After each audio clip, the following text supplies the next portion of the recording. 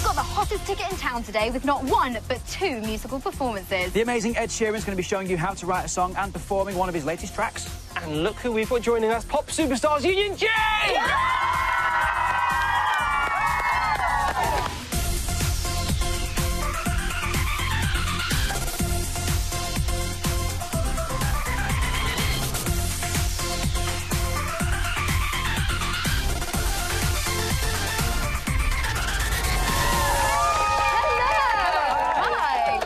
Peter from sunny Salford. Are you excited? Yep. I think they are. Do you know who else is excited? Iggy, she's back. Hey, beautiful, and where have you been? And that Linz is for good reason, because she's got loads to look forward to, as have you lot at home, as in a couple of minutes' time, Linz is going to be speaking to Union J, and then after that, Barney gets exclusive behind-the-scenes access on the brand new CBBC series, Harriet's Army. Hi, I'm Barney, I'm right here. I'm going behind the scenes to speak to the cast, and also I'm going to make them some lunch. World War I style, so it looks a bit gross, but it's actually really tasty. As well as that, it's jam-packed, because we're going to be taking a look back to the time when I met top adventurer Bear Grylls and finding out some of his tips on how you can survive the outdoors this summer. See, Linz, when it comes to surviving the outdoors in this kind of weather, there's only one thing you need. Oh, what's that, Rads? Ice creams. That is the best idea you've had all day. Such a good idea. Come on, we're getting the 99. You me too. I want raspberry sauce on mine. They better get me one. Now it's time to meet one of the best bands in the UK. They first stormed the top 10 last year with their single Carry You. They took a break and now they are back for 2014 with their new album. Should we go meet them, Iggy? It's their first time on Blue Peter, so give them a massive round of applause. It's Josh, JJ, Jamie and George from Union J. Come on, Iggy. Come on, puppy. Big step. There we go. Hi, Union J. Now, welcome to the show. Thank you so much for coming on. Thanks for having us. You have been away from the music scene for a little while, so what have you been getting up to? We've just been really busy. We've been recording the next album, obviously. We've travelled the world. We went to America for a bit to do some writing and stuff, so it's been fun. Our new single's on the radio now. Yes, and you're performing it later on the show. We cannot wait. So, I'm going to get onto some questions, because we have had hundreds of people getting in touch on the website, and they all want to know certain things. Iggy, you ready for this? OK, the first one is from Blue Sprinting Cherry, a good name there, who says, I've always wanted to ask a boy band this. How much hair gel do you use? It's hairspray. Spray. It's all about the spray. OK, a nice dry look. I like that. Oh, down you get, Iggy. Come on, you know you're meant to be down there. Now, Scarlet Massive Onion says, what is your favourite biscuit to dunk in any drink? So it's not your favourite biscuit, your favourite... Chocolate hobnob. Chocolate hobnob, yes. Yes. High five, Josh. Just a plain digestive.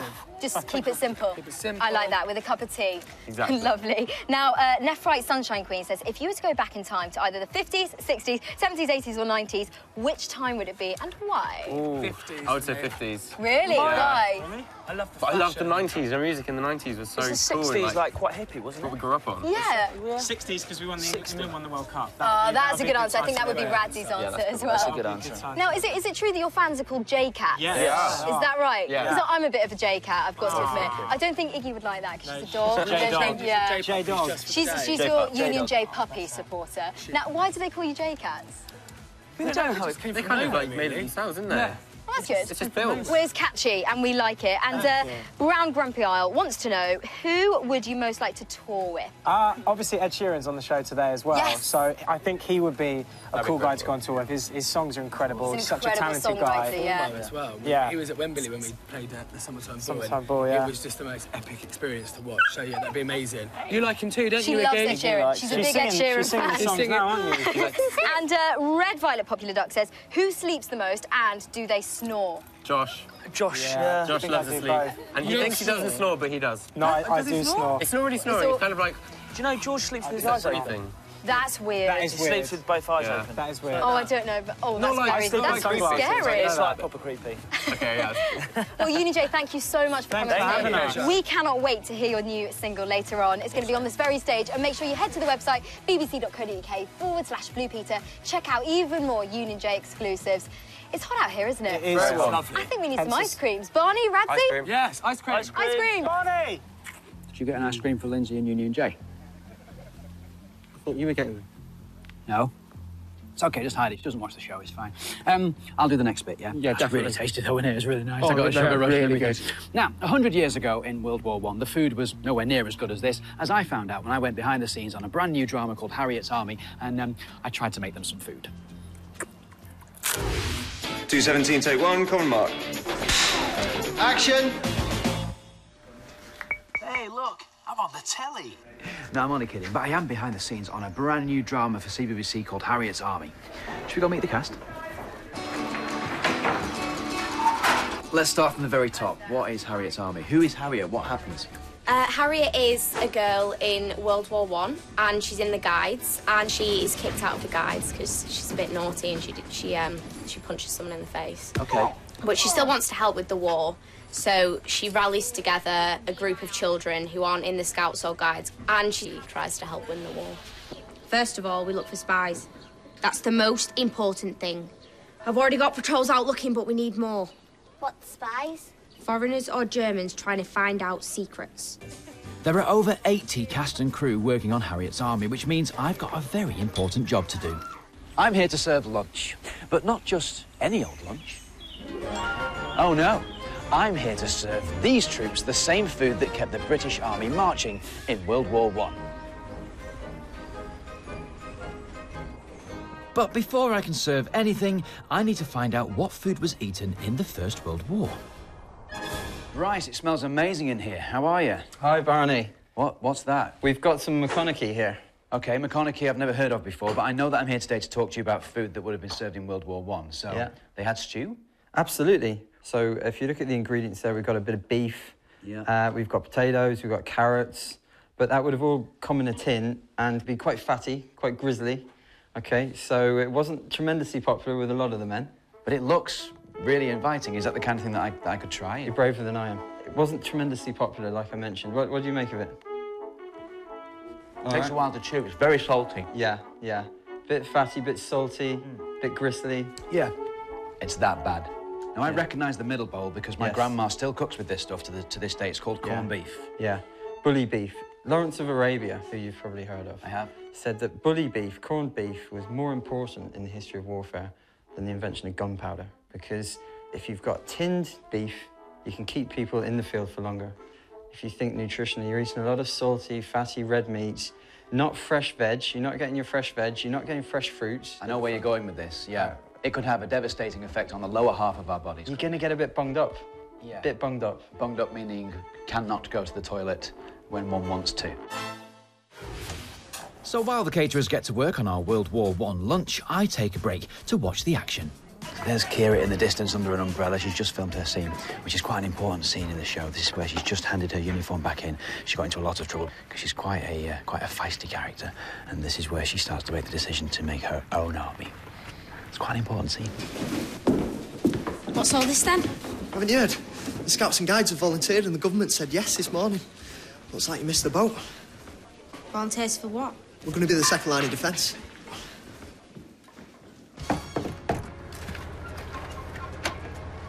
Hey, man. Elliot, how you doing? I'm not bad, how are you? You playing Thomas? Yes, I am.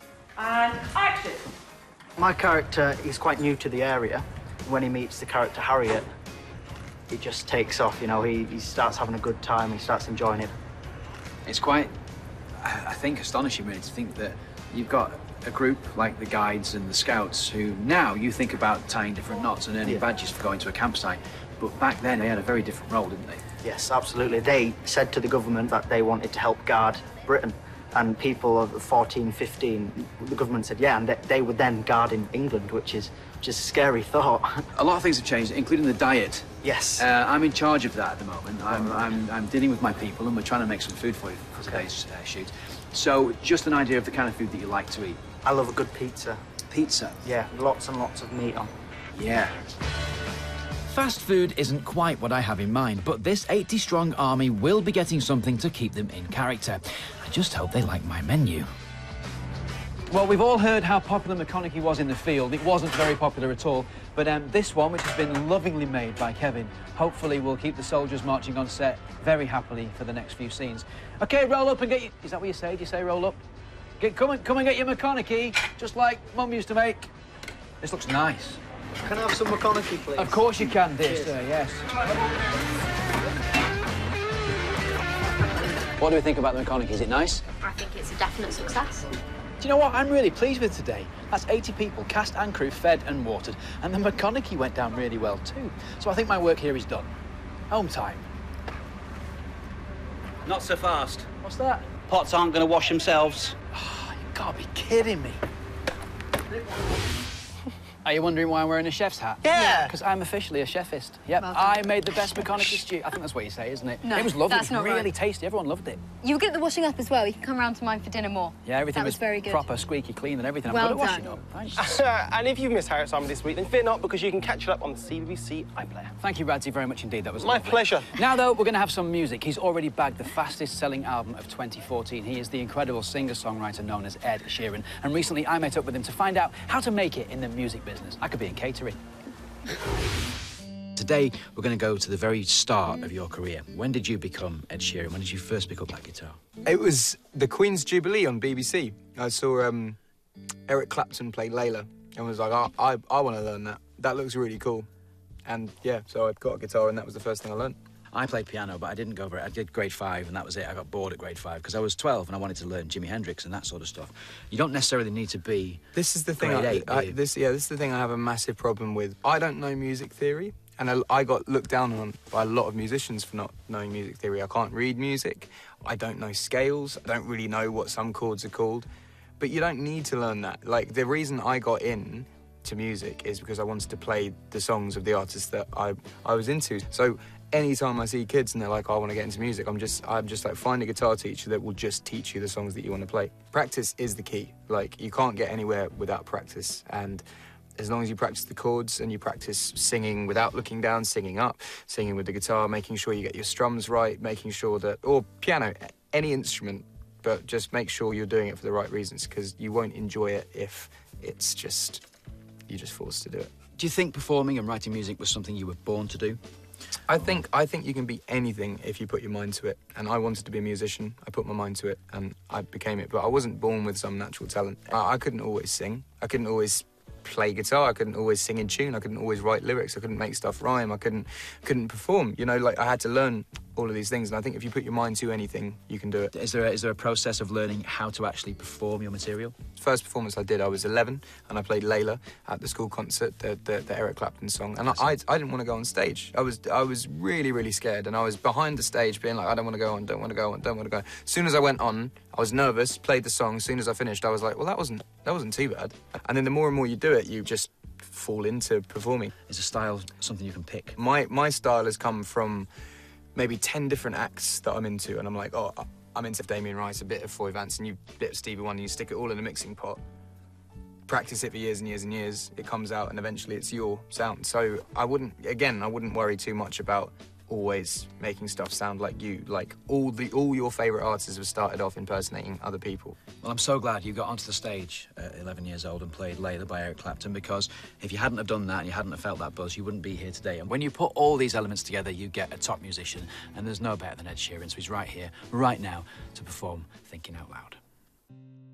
When your legs don't work like they used to before, and I can't sweep you off of your feet, will your mouth still remember the taste of my love? And will your eyes still smile from your cheeks? Darling, I will be loving you till we're 70. Baby, my heart can still fall as hard at 23. I'm thinking about how people fall in love in mysterious ways. Maybe just the touch of a hand. Or me, I fall in love with you every single day. And I just wanna tell you I am. So honey, now take me into your loving arms. Kiss me under the light of 1,000 stars. Place your head on my beating heart. I'm thinking out loud that baby, we found love right where we are. When my hair's all but gone and my memory fades, and the crowds won't remember my name, when my hands don't play the strings the same way. I know you will still love me the same. 'Cause honey, your soul could never grow old, it's evergreen. Baby, your smile's forever in my mind and memory. And I'm thinking about how people fall in love in mysterious ways. And maybe it's all part of a plan. Well, I'll continue making the same mistakes, hoping that you'll understand that, baby, now take me into your loving arms, kiss me under the light of 1,000 stars, place your head on my beating heart. I'm thinking out loud that maybe we found love right where we are. Lord, we found love right where we are. Isn't he amazing? I hope you enjoyed that as much as I did chatting to him. And if you get the chance to write a song or you're inspired to do something, send it to us. We'd love to hear it. So many good ideas. If you could do that this summer, that'd be a great challenge, wouldn't it? The next Ed Sheeran. It's all about being creative, as is the case with the Big Badge. Well, just take a look at how colourful it is this week. I'm loving it. Let me show you these magnets. They stick to your fridge, and if I'm allowed to take them home, I'm going to stick it on my fridge. Amaris from Fife has designed them. They are Blue Peter Shield magnets with our names and our little faces on them as well. Thank you very much. They're brilliant. Barney, they are cool.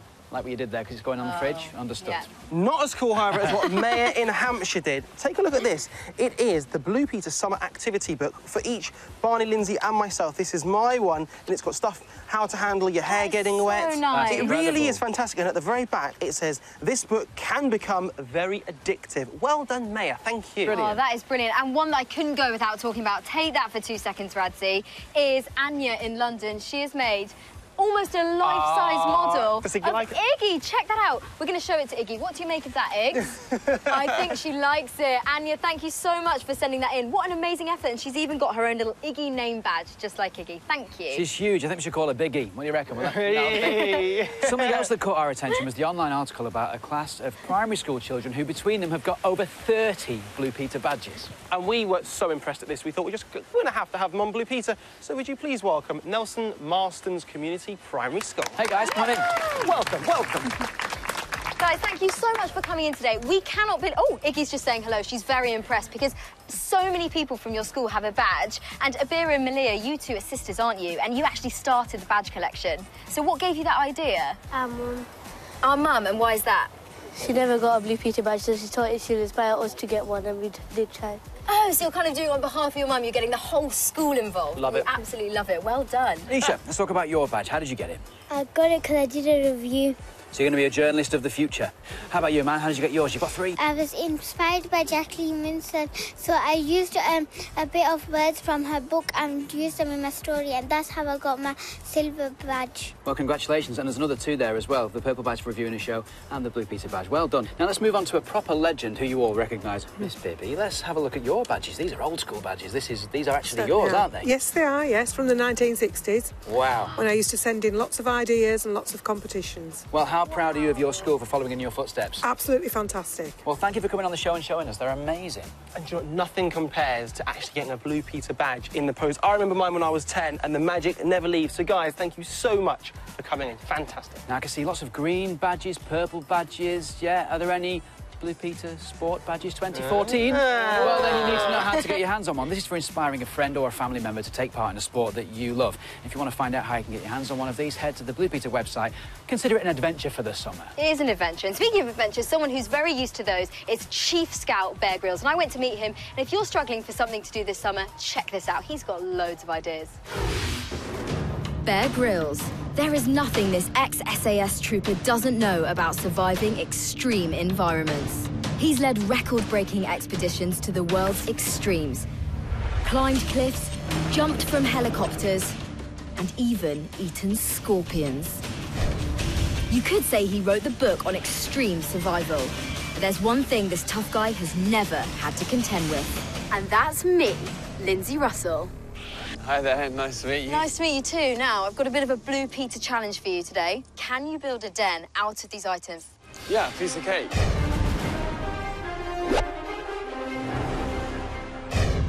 Got a ground sheet. We'll lay that out on the ground first of all, so when you sit down, you don't get wet. We've got some rope, and I always say, if you don't know knots, do lots.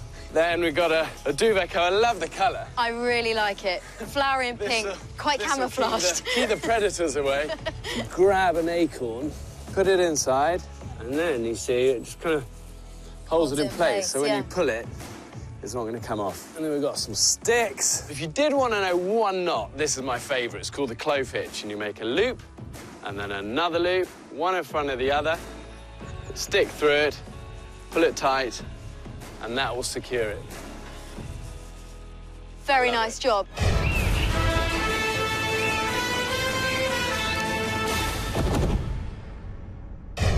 We're going to make a fire without any matches, without any lighter, no blow torches, nothing, OK? So We're just going to make it call. with that.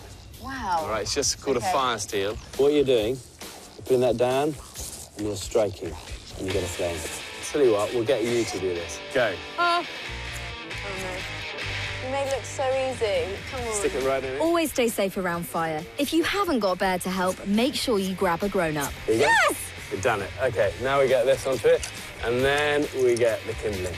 Now, all fires need three things. It's called the fire triangle. It needs heat, fuel, and oxygen. And if you don't have one of those things, the fire, like you, is going to die. OK. All right? So this has the heat that came from that initial spark. Yep. The fuel in all of this nice wood. And the reason we do this crisscross like a square is that it keeps the oxygen going in. Only one thing for it. I think we need a cup of tea. Yes! Cheers. We're going to do something now that I like to call grilling Bear Grylls.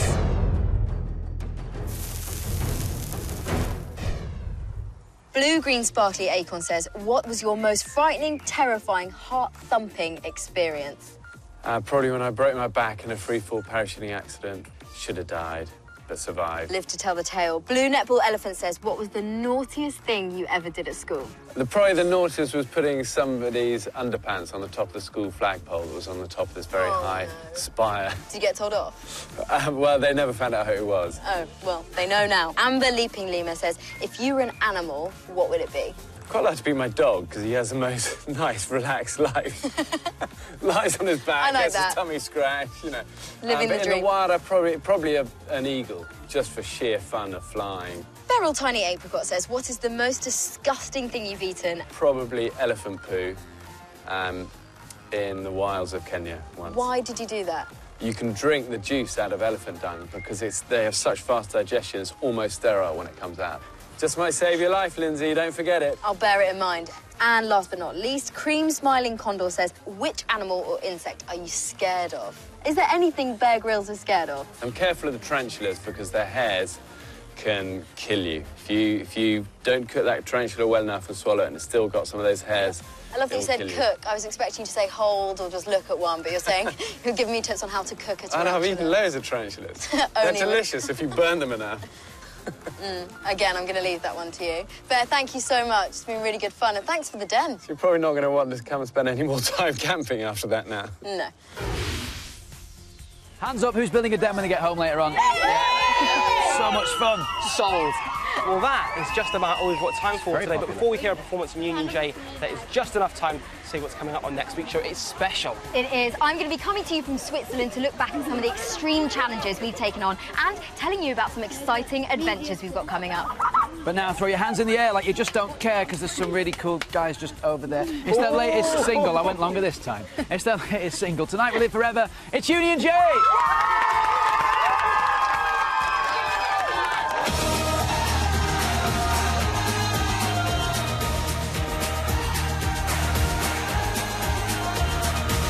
Feels like a party every time you come around.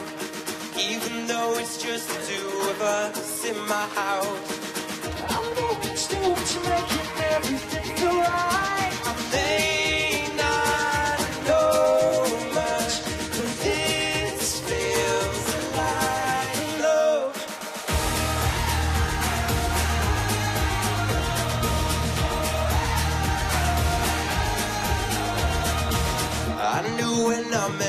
I was on to something good. You made me love you like I thought I never could. I had the best time every time you were by my side. But really, for tonight, tonight we'll live forever. Two things we won't remember. But it's all good. If we can, we should. As long as we're together, it's all good. It's all good.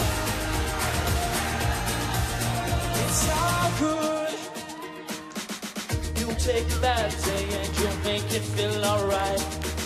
It might be dark outside, but you'll make my sunshine.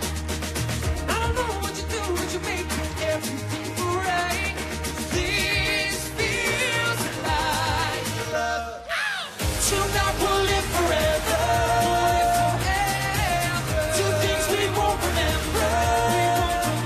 But it's all good. If we can, we should. As long as we're together, it's all good. It's all good. It's all good.